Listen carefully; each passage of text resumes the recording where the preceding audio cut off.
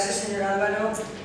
Bé, a més d'estar totalment d'acord en que és una persona que no ha sigut triada democràticament ni ha estat somesa a cap procés democràtic, crec que no cal recordar, però per si de cas, el moment en què estem actualment, en tota l'actuació del cas Sonós, totes les informacions sobre la trama de presumpte enriquiment personal a costa d'usar el prestigi de la Casa Real per a obtenir recursos econòmics de certes institucions, així com unes altres informacions que van eixir sobre la participació, els seus assessors, en la que refereix a la Casa Real en el desenvolupament d'aquesta trama.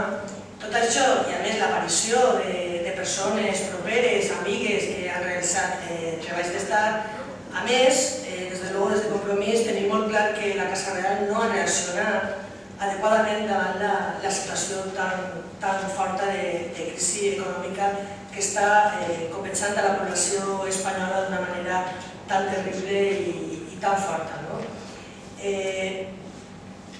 Des d'alguns partits d'esquerra, i nosaltres ens sumem a aquesta petició, des de luego, nosaltres estem per la modificació de la Constitució i per anar a un estat federal i republicà, i això és el que pensem i això és el que defensem, i anem a votar la moció a favor. A més, dir també com a reflexió que aquesta proposta no tenia per què presentar cap recurs ni polític ni legal, ja que, dir-los, per si no ho saben, que en el Saló de Plens de les pròpies Corts Generals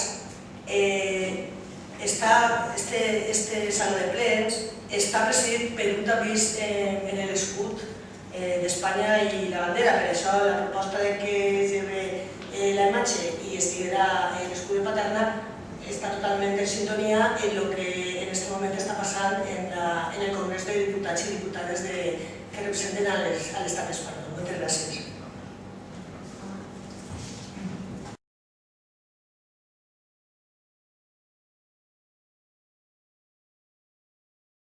En els plens, quan s'està fent un ple, no diu que té que estar la resta del temps, ni tampoc diu on té que estar. I a més a més suposa que sabe que ja n'hi ha més d'un Borbó que està cap avall, en algun lloc important del nostre territori. Vull dir, no vaig a perdre els temps, és que és un tema de fons. Nosaltres som republicans, estem totalment en contra de la figura del rei i com a tal, i més en la que està caient ara i el que està passant, que jo crec que això podria fer reflexionar. A nosaltres com a Compromís, des de luego, ens agradaria que no estarera. I si valdrà no fer una esmena d'addició, perquè no va valdre per res, perquè la van votar en contra, seria el tema que, bueno, com el que se parla així és el tema del ROF, anem a estar a canviar el ROF. Si és de veres que només és un problema legal i no és un problema de fons de consciència política, podríem modificar el ROF i llavors no n'hi hauria cap problema. Com ja he dit, com passa en el plenari del Congrés de Diputats de l'Estat espanyol, que este senyor no es troba allí. Nosaltres anem a votar, des de luego, a favor de que se retire. I, bueno, si proposen l'esmena d'addició és que se plantegi la modificació del ROF per a que no siga obligatori que estiga president.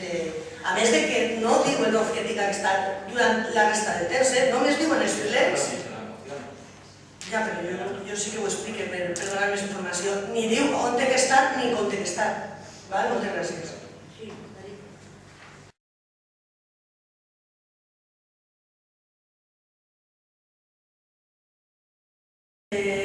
La reforma del Real Decret, que és el que insta a les Corts per a reformar aquest decret, que és el que diu que té que estar en els ajuntaments.